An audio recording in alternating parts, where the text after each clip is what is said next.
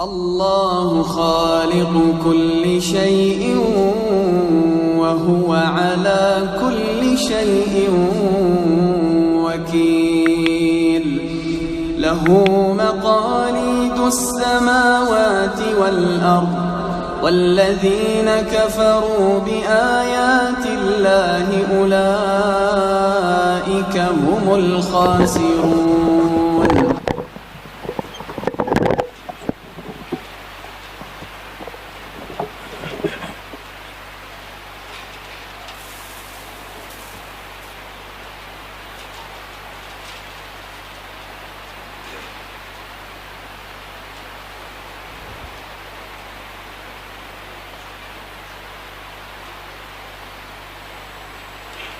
السلام علیکم ورحمۃ اللہ وبرکاتہ۔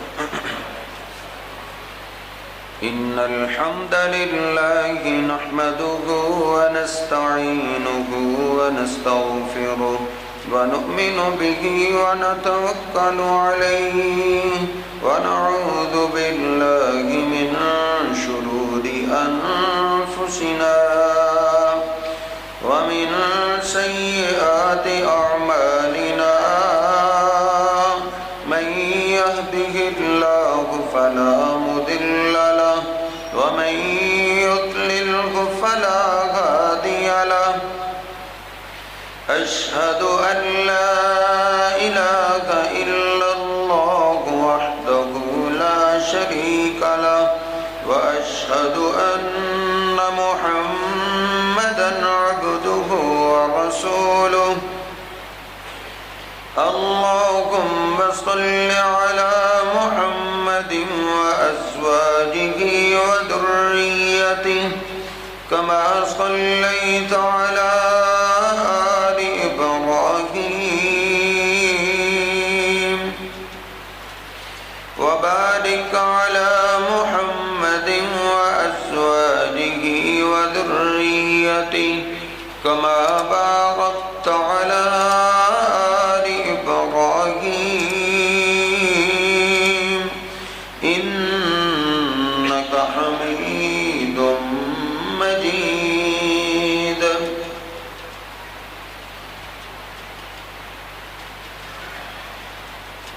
اللهم اغفر لنا ولوالدينا ولجميع المسلمين والمسلمات والمؤمنين والمؤمنات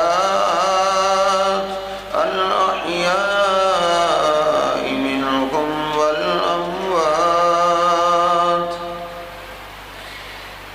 أما بعد فإن خير الحديث كتاب الله وخير الهدي هدي محمد صلى الله عليه وسلم وشر الأمور محدثاتها وكل محدثة بدعة وكل بدعة ضلالة وكل ضلالة في النار.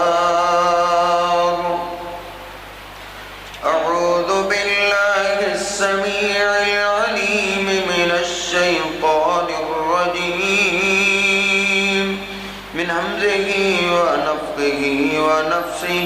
بسم الله الرحمن الرحيم. يا أيها الذين آمنوا اتقوا الله حق تقاته ولا تموتن إلا وأنتم مسلمون. يا أيها الناس اتقوا ربكم الذي خلقكم من نفس واحدة وخلق منها زوجها وبث منهما رجالا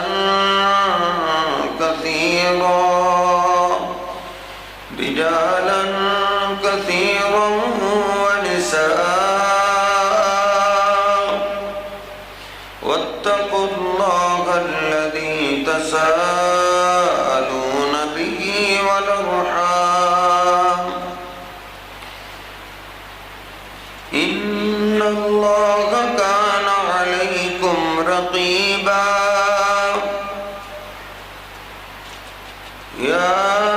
أيها الذين آمنوا اتقوا الله وقولوا قولا سديدا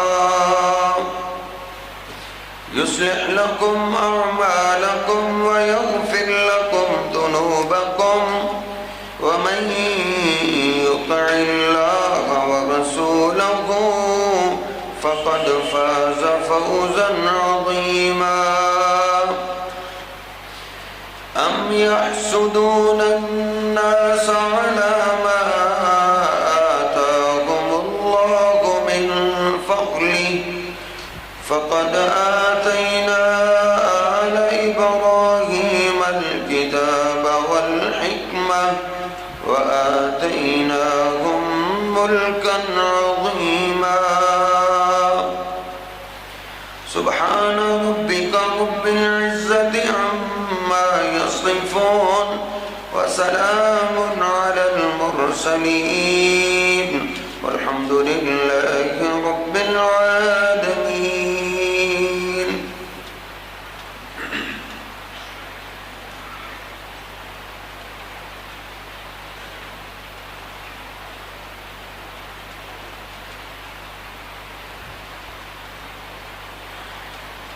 اللہ سبحانہ و تعالی نے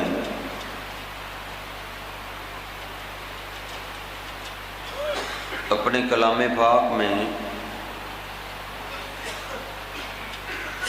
ایک جگہ 10 قسمیں اٹھائی 10-11 قسمیں اٹھانے کے بعد اللہ سبحانہ و تعالی نے بڑی اہم بات کہی ہے. اللہ رب العزت فرماتا ہے قد افلح من زکاہا، وہ بندہ کامیاب ہو گیا جس نے اپنے دل کو پاک کر لیا، تزکیہ نفس کر لیا. اور اللہ رب العزت فرماتا ہے وَقَدْ خَابَ مَنْ دَسَّاهَا، جس نے اپنے دل کو گندا کر لیا وہ برباد ہو گیا، وہ تباہ ہو گیا. ظاہری اعمال کے ساتھ ساتھ ظاہری برتاؤ ہم نے اللہ کے بندوں کے ساتھ کیسا کرنا ہے، اچھا کرنا ہے. ان معاملات کو سدھارنے کے ساتھ ساتھ میں اور آپ اپنے دل کو بھی پاک کریں. نبی پاک صلی اللہ علیہ وسلم کا ارشاد گرامی ہے کہ ان اللہ لا ينظر الى صورکم ولا الى اجسامکم ولا الى انصابکم ولا الى اموالکم. اللہ رب العزت تمہارے جسموں کو نہیں دیکھتا، اللہ سبحانہ و تعالی تمہاری شکلوں تمہاری صورتوں کو نہیں دیکھتا، اللہ رب العزت تمہارے خاندانوں کو نہیں دیکھتا، تمہاری جائیدادوں کو اللہ رب العزت نہیں دیکھتا. وَلَٰكِن يَنظُرُ إِلَىٰ قُلُوبِكُمْ وَأَعْمَالِكُمْ، لیکن اللہ رب العزت سب سے پہلے تمہارے دلوں کو دیکھتا ہے، پھر تمہارے اعمال کو دیکھتا ہے. دل کی اصلاح ضروری ہے. بخاری شریف میں نبی پاک صلی اللہ علیہ وسلم کا ارشاد گرامی ہے الا، اے لوگوں غور سے سنو، توجہ کرو، ان فی الجسد لمضغۃ،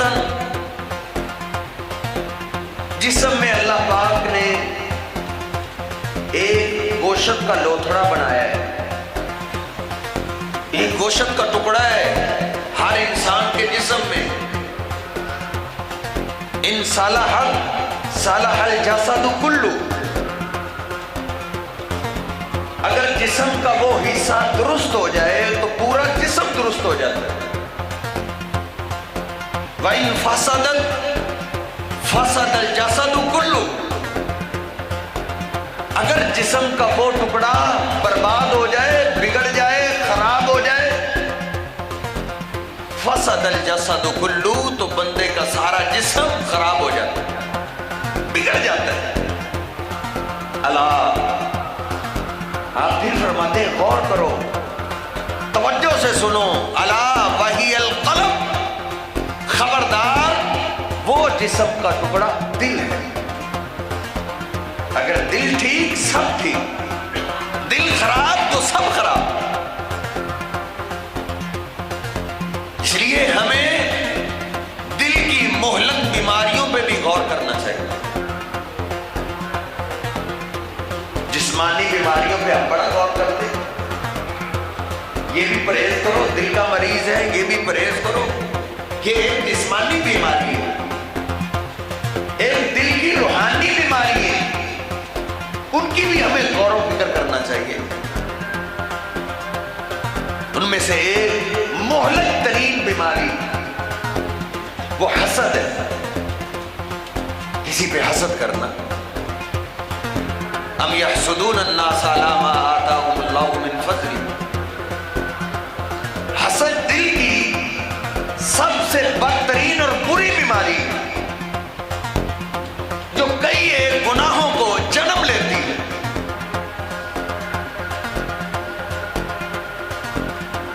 نبی پاک صلی اللہ علیہ وسلم کا ارشاد گرامی، تب فیکم داء الامم، اے میرے ساتھیوں، کئی بیماریاں ایسی ہیں جن بیماریوں نے پہلی امتوں کو ہلاک کیا، برباد کیا تھا، اور اللہ رب العزت مجھے قیامت کے قریب کے حالات دکھا رہے کہ قیامت کے قریب وہی بیماریاں میری امت میں لوٹ آئیں گی، میری امت ان بیماریوں کا شکار ہو جائے گی۔ صحابہ اکرام نے پوچھا، آقا وہ بیماریاں کون سی ہیں؟ آپ نے فرمایا الحسد والبغضاء، حسد ہے اور دشمنی۔ حسد اور دل کا کھوٹ اور دل کی بیماری اور دل کی دشمنی، یہ ایسی بیماری ہیں جنہوں نے پہلی امتوں کو ہلاک کیا۔ سنن نبی داؤد میں نے کل ہی پڑھا ہے، سیدنا انس رضی اللہ تعالیٰ عنہ کے ساتھ کچھ لوگ ہیں اور گزر ہو رہے ایک تباہ شدہ بستی پہ، بستی تباہ شدہ، اس کے پاس سے گزر رہے۔ سیدنا انس رضی اللہ تعالیٰ عنہ نے اپنے ساتھیوں کو روک لیا، کہتے ہیں جانتے ہو یہ بستیاں تباہ کیوں ہوئی ہیں؟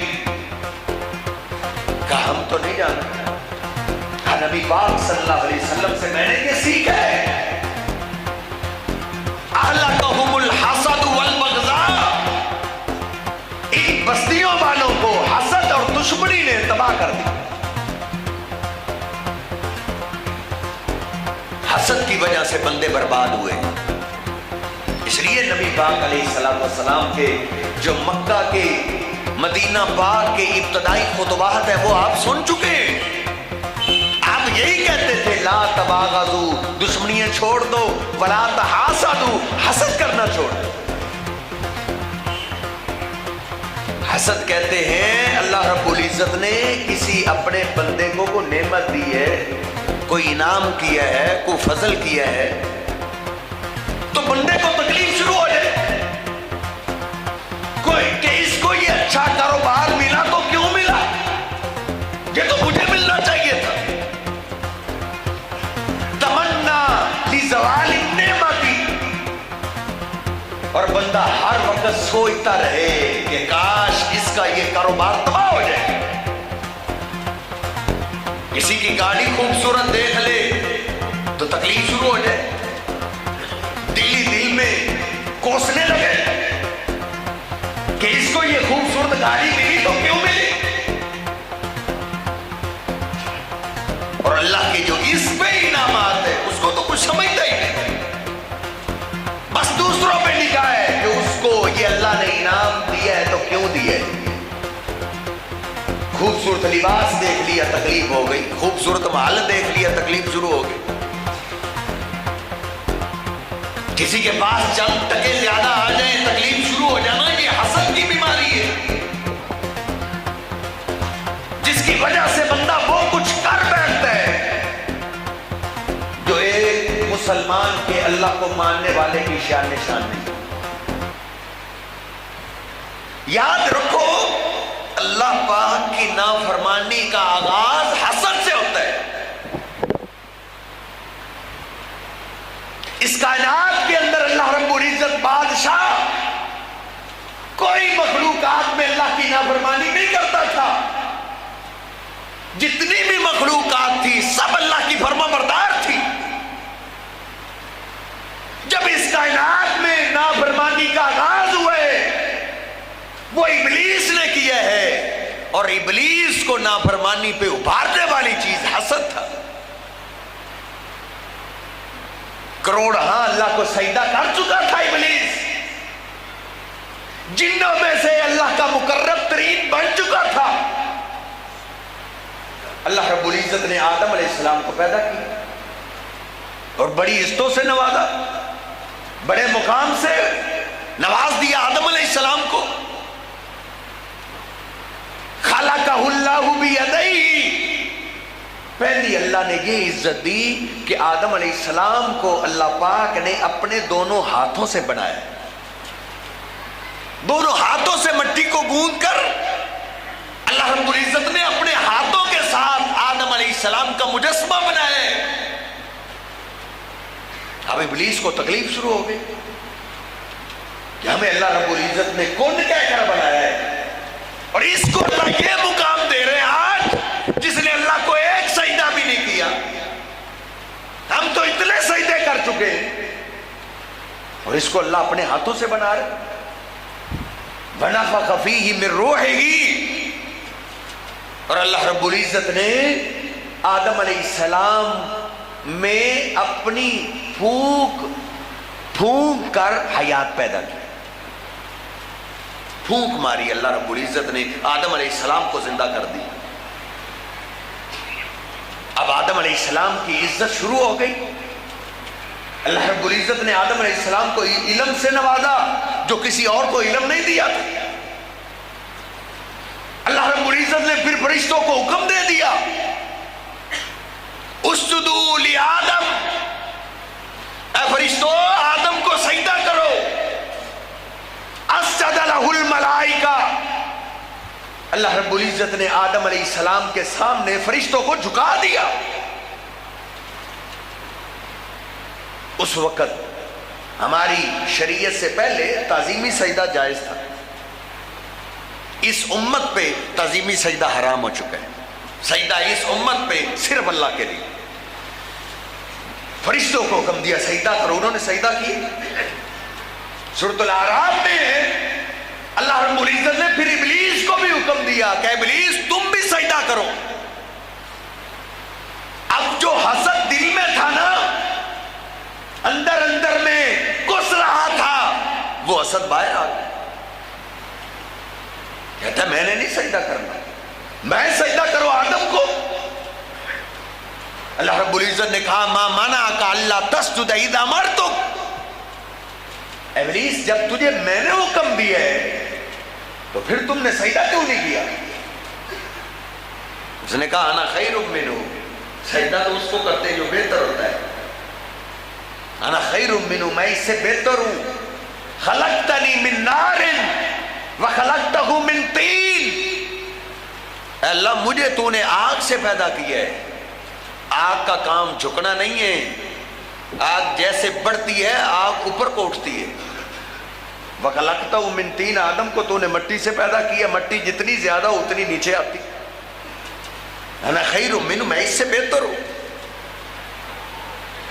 یہ پہلا ہے اللہ کی مخلوقات میں جس نے اللہ کی نافرمانی کی۔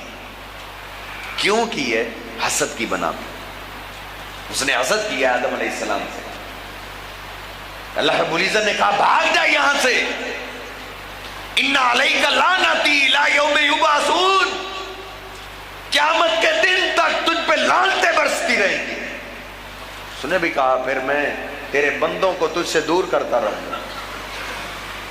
یہ شیطان گناہ کروا رہا ہے حسد کی بنا پہ کہ کوئی بھی آدم کا بیٹا اللہ کے قریب ہی نہ بنے. اس کی کوشش ہے سب جہنمی بن جائے, سب اللہ کے نافرمان بن جائے. میرے محترم بھائیوں, یہ حسد اتنی بری بیماری ہے کہ جو اللہ کا ولی بنا ہوا تھا, دوست بنا ہوا تھا, مقرب بنا ہوا تھا, اس حسد نے اس کو لعنتی قرار دیا ہے. آگے بڑھیں. اللہ رب العزت قرآن پاک کے اندر فرماتا ہے وَاتْلُ عَلَيْهِمْ نَبَأَ ابْنَيْ آدَمَ بِالْحَقِّ إِذْ قَرَّبَا قُرْبَانًا فَتُقُبِّلَ مِنْ أَحَدِهِمَا وَلَمْ يُتَقَبَّلْ مِنَ الْآخَرِ. اللہ رب العزت فرماتا ہے میرے بندوں کو آدم علیہ السلام کے 2 بیٹوں کی کہانی سناؤ, ان کا واقعہ ذکر کرو کہ جب ان دونوں نے قربانی کی فَتُقُبِّلَ مِنْ أَحَدِهِمَا, ان میں سے ایک کی قربانی قبول ہو گئی, وَلَمْ يُتَقَبَّلْ مِنَ الْآخَرِ, دوسرے کی قربانی قبول نہیں ہوئی. جب ایک کی قربانی قبول ہو گئی, اس وقت قربانی کی قبولیت ایسے ہوتی تھی, یہ اس امت کے کئی خاصے, جس طرح ایک میں نے خاصہ عرض کیا ہے نا کہ پہلی امتوں میں تعظیمی سجدہ جائز تھا, اس امت پہ حرام ہے. اس طرح ایک یہ بات تھی کہ ہم سے پہلی امتوں پہ قربانی ایسے ہوتی تھی جو قربانی کرتا وہ قربانی کا جانور گوشت باہر میدان میں رکھتا, آسمان سے آگ آتی اور وہ آگ اس گوشت کو کھا جاتی تھی. جس گوشت کو آگ کھا جاتی سمجھا جاتا اس کی قربانی قبول ہو گئی. لیکن یہ اس امت پہ خاص انعام ہے کہ اللہ رب العزت نے کہا امت محمدیہ تم قربانی کرو اور گوشت خود ہی کھاؤ. تم گوشت خود بھی کھاؤ گے, کھلاؤ گے, میں تب بھی قربانی تمہاری قبول کر لوں گا. اب ان دونوں بھائیوں نے قربانی کی, باہر رکھا, ایک کی قربانی قبول ہو گئی. اب دوسرے کو چاہیے تو یہ تھا کہ وہ سوچتا کہ میری قربانی قبول کیوں نہیں ہوئی, آخرکار میں نے کچھ جرم کیا ہوگا, میں نے کوئی اپنے رب کی نافرمانی کی ہوگی. اپنے دن رات پہ غور کرتا, اپنی زندگی کی ایک ویڈیو چلاتا, ہسٹری دیکھتا کہ میں نے کہاں اپنے رب کی نافرمانی کی ہے. لیکن نہیں, حسد اپنے آپ پہ غور ہی نہیں کرتا. حسد کرنے والے کو اپنی فکر نہیں ہوتی, اس کو ہر وقت دوسرے کی فکر ہوتی ہے کہ یہ کیسے تباہ ہو, یہ کیسے ذلیل ہو. منفی سوچ رکھنے والا یہ آدم علیہ السلام کا بیٹا, اس نے تلوار تھام لی. تم مجھ سے آگے نکلنے والے کون ہیں؟ لوگ تجھے کہیں گے یہ بہت ولی ہے اور میں پرلے درجے کا بے دین ہوں. لا تو لڑنک, تلوار لے کے آ گیا, کہتا ہے میں نے تجھے مار لے, تجھے میں زندہ نہیں چھوڑوں.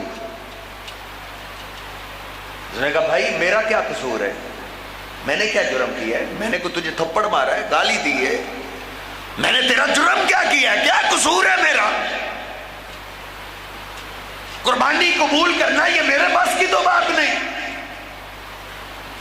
بھیا تیری قربانی قبول نہیں ہوئی, اس میں میرا کوئی جرم نہیں. انما یتقبل اللہ من المتقین, اللہ رب العزت تو تقوی والوں کی قربانی قبول کرتا ہے. اللہ تو ان کی قربانی قبول کرتا ہے جو اللہ سے ڈرنے والے ہوں, جو صرف قربانی کرنے میں اللہ کی فرما برداری نہ کریں, ہر کام میں اللہ کی فرما برداری کریں. کوئی قربانی کرتے ہیں کہ محلے دار کیا کہیں گے, انہوں نے قربانی نہیں کی, اب اس کی کیا قبول ہوگی؟ قبول قربانی اس کی ہوتی ہے جس کے دل میں اللہ کا ڈر ہو, اللہ کے لیے قربانی کرے. بھیا اس میں میرا تو کچھ, اس نے کہا نہیں, میں نے تجھے زندہ نہیں چھوڑنا, تو کب تک بھاگے گا؟ اس نے کہا بھائی ما انا بباسط یدی الیک, بھائی تیرا جی چاہتا ہے تو مجھے قتل کر دے, لیکن میں تجھے قتل نہیں کروں گا. میں قتل کے لیے تیری طرف ہاتھ نہیں بڑھاؤں گا.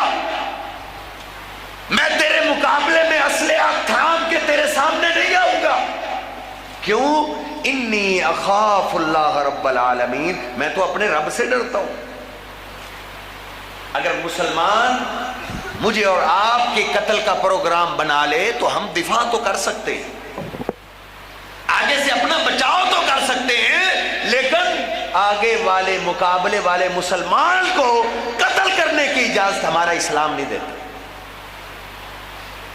نبی علیہ السلام نے ایک صحابی کو کہا تھا اس وقت کیا بنے گا جب میری امت آپس میں لڑے گی، آپس میں ایک دوسرے کو قتل کریں گے، آپس میں مسلمان کا قاتل بنے گا، اس وقت کیا ہوگا؟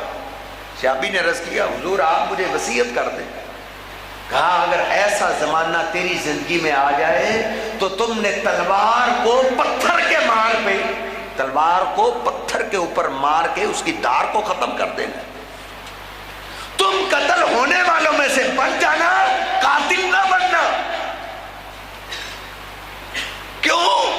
نبی علیہ السلام فرماتے ہیں صحیح البخاری میں اذا التقى المسلمان بسيفيهما، جب دو مسلمان اسلحہ لے کر میدان میں اتر آئے، فالقاتل والمقتول كلاهما في النار، آپ فرماتے ہیں قتل ہونے والا قتل کرنے والا دونوں ہی جہنم کی آگ میں جائیں گے۔ جب دونوں مسلمان اسلحہ لے کر میدان میں اتر آئے تو ایک بھی نہیں بچے گا، قتل کرنے والا بھی جہنم میں، قتل ہونے والا بھی جہنم میں۔ بخاری شریف میں صحابہ نے عرض کیا اللہ کے حبیب ھذا القاتل فما بال المقتول، قاتل تو جہنم میں جائے، قتل کرنے والا تو جہنم میں جائے، یہ تو بات سمجھ میں آتی ہے، تو قتل ہونے والا وہ جہنم میں کیسے جائے گا؟ آپ فرماتے انہو کان حریصا علی قتل اخی، کیونکہ وہ اسلحہ لے کر اپنے بھائی کو قتل کرنے کے ارادے سے آیا تھا، یہ تو اس کا داؤ نہیں لگا تو وہ قتل ہو گیا، اس کی تلوار کے نیچے وہ آ جاتا تو اس نے کون سا چھوڑ دینا؟ اس لیے وہ بھائی کہہ رہا ماں نبی باسطن، اے بھائیا تیرا اگر دل تجھے کہہ رہا ہے قتل کر دے تو میں قتل کے ارادے سے تیری طرف ہاتھ نہیں بڑھاؤں گا۔ اب اس بھائی نے کیا کیا؟ حسد کی وجہ سے اپنے بھائی کو قتل کر دیا۔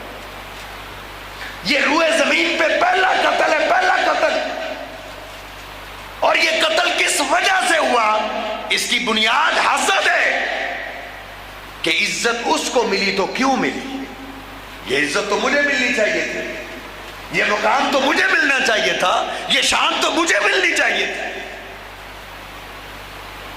آج 90% سے زیادہ لڑائیاں جھگڑے اللہ کی قسم حسد کی بنا پہ،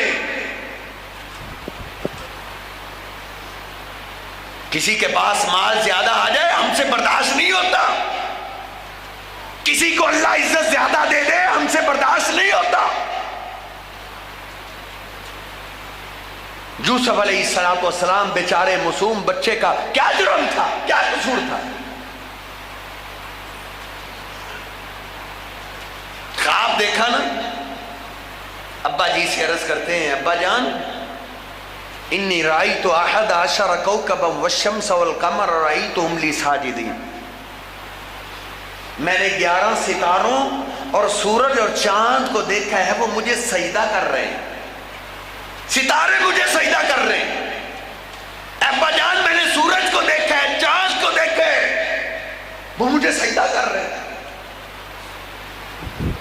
یعقوب علیہ السلام نے کہا بیٹا یہ خواب اپنے بھائیوں کو نہ سنانا، شیطان بڑا دشمن ہے، وہ سب سے پہلا وار حسد کا کرتا ہے کہ اس کے دل میں اپنے بھائی کے بارے میں حسد آ جائے۔ لیکن یعقوب علیہ السلام تو سمجھ گئے کہ میرا یہ بیٹا سب سے قیمتی بیٹا ہے، اللہ اس کو بڑا مقام دے گا، اللہ بڑی عزت دے گا، بڑی عظمت دے گا۔ اب یعقوب علیہ السلام کے دل میں باقی بیٹوں کی بہ نسبت ان کی عزت زیادہ ہو گئی، ان کی تکریم زیادہ کرنے لگے۔ بھائی جیلس ہوتے تھے، انہوں نے کہا بابا کی زیادہ توجہ یوسف کی طرف ہے، پیغمبر کے بیٹے تھے، اللہ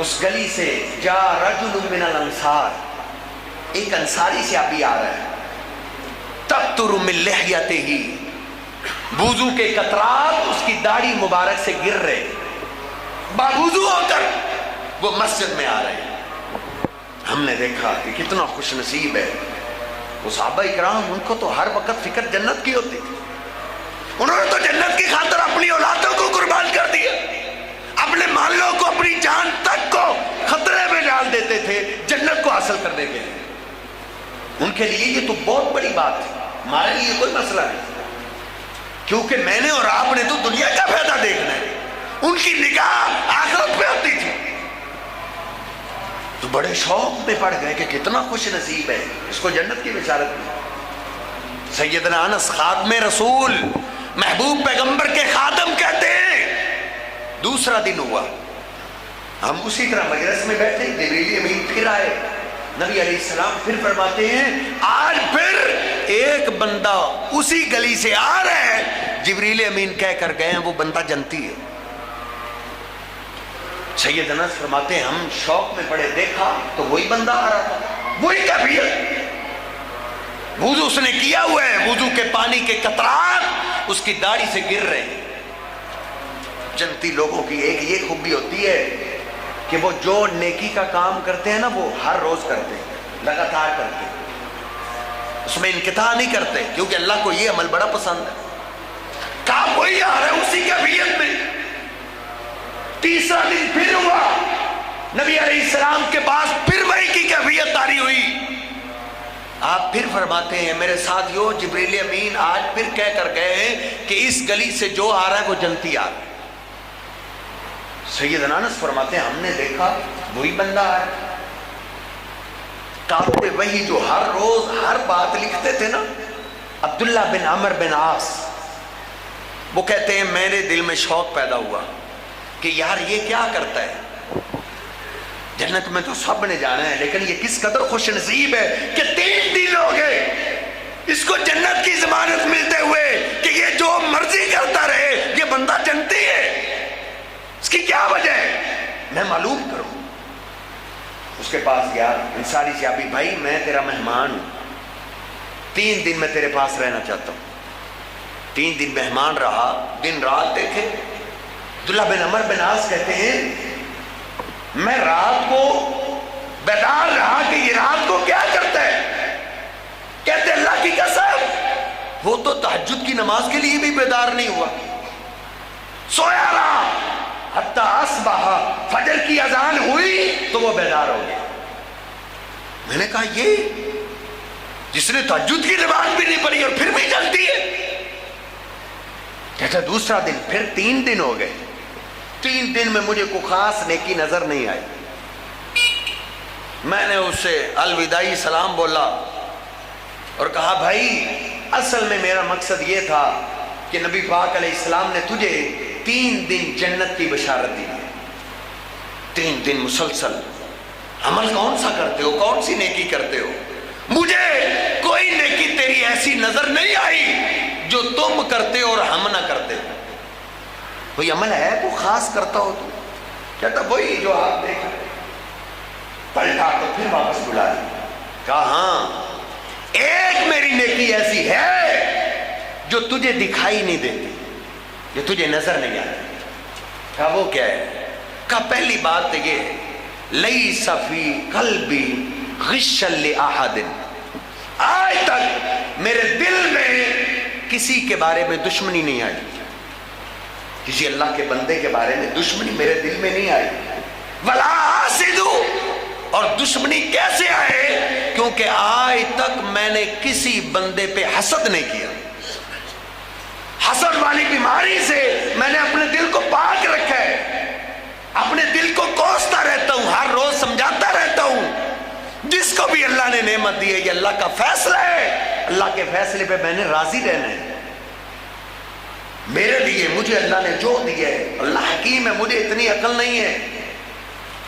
اے عبداللہ میں ہر روز اپنے دل کو یہ واز کر کے سوتا ہوں کہ کہیں کسی کی نعمت کو دیکھ کر تو اللہ کا شکوہ نہ کرنا، اس کے بارے میں حسد تیرے دل میں پیدا نہ ہو جائے۔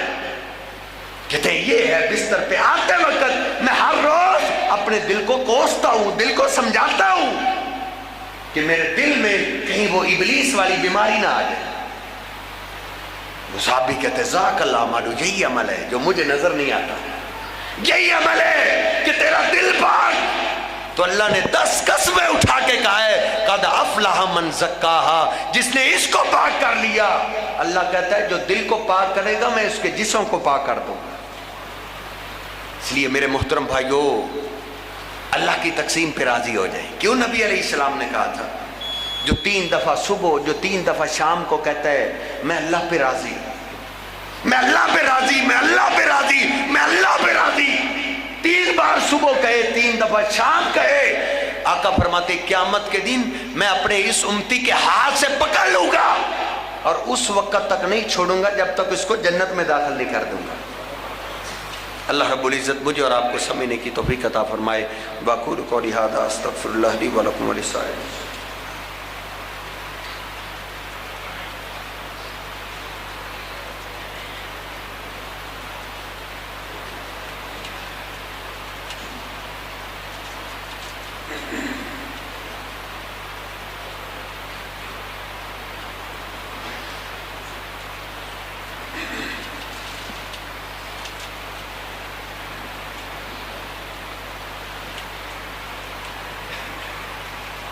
ہمارے شیخ محترم عبدالمجید صاحب پچھلے دنوں وفات پا گئے۔